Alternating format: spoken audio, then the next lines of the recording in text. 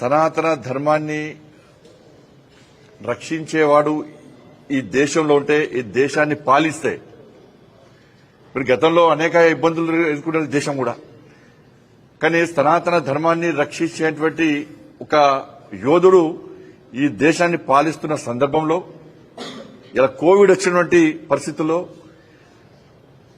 ఇలా శాస్త్రవేత్తలు సైంటిస్టులు అందరూ కూడా కోవిడ్ వ్యాక్సిన్ ను కనుగొని ఇలా ప్రపంచానికే వ్యాక్సిన్ అందించినటువంటి పరిస్థితి ఒక అద్భుతమైన పరిస్థితి మనం చూస్తున్నాం. మనం దానికి కారణం ఏంటంటే సనాతన ధర్మాన్ని నమ్ముకొని ఈ దేశాన్ని పాలిస్తున్నటువంటి ఒక నరేంద్రుడు ఉన్నాడు కాబట్టే ఇలా వ్యాక్సిన్ ఇలా ప్రపంచానికి అందించడం అటువంటి సైంటిస్టులను మనం కాపాడుకున్నాం, ప్రోత్సహించడం.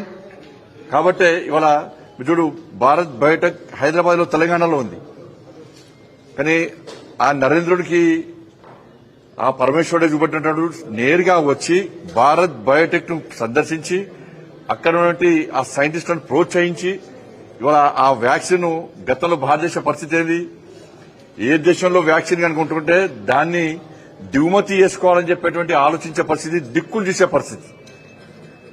కానీ సనాతన ధర్మాన్ని నమ్ముకున్నటువంటి ఒక నరేంద్రుడు ఈ దేశాన్ని పాలిస్తున్నాడు కాబట్టి ఇవాళ ఈ వ్యాక్సిన్ ను ఈ దేశంలో కనుగొని ప్రపంచానికి అందించిన గొప్ప చరిత్ర ఇవాళ భారతదేశానికి ఉంది.